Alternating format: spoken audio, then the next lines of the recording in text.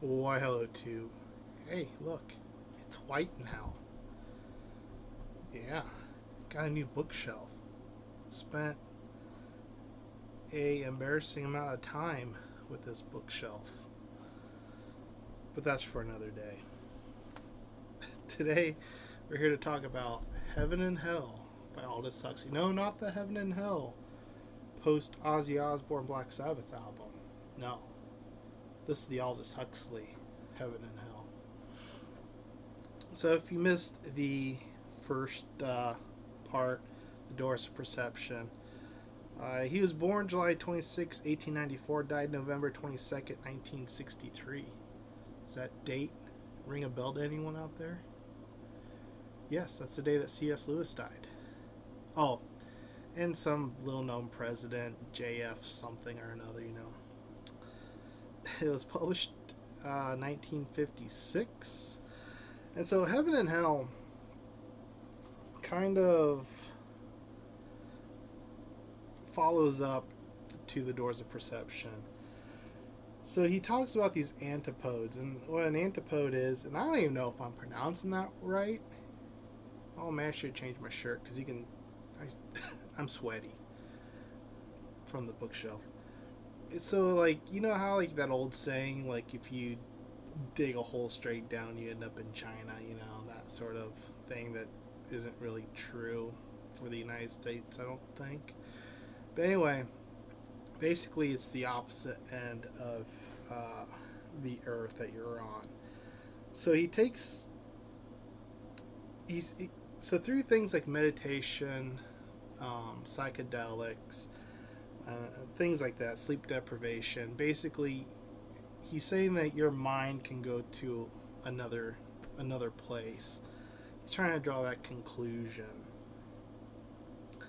and that these areas of the mind that open up when you're sleep deprived, you're on psychedelics, you know, whatever. It's important spiritually, and that by using things like non-habit forming drugs like psychedelics, you can reach these states very easily. And you know, of course, you calm down, so you don't stay there, and you notice things in your consciousness that you typically wouldn't notice when in a sober state. Which, if you know about Ram Dass at all, that's one of the things that, like him and Timothy Leary and that whole crowd, it was a real bummer for Ram Dass that no matter how much, you know, LSD he took, whatever, mescaline, whatever, that he always came down. He just couldn't stay in that state. You know, unlike, you know, Maharaji, you know, Neem Karoli Baba, who could take as much acid as you can throw at him and it doesn't affect him at all because he's always in that state.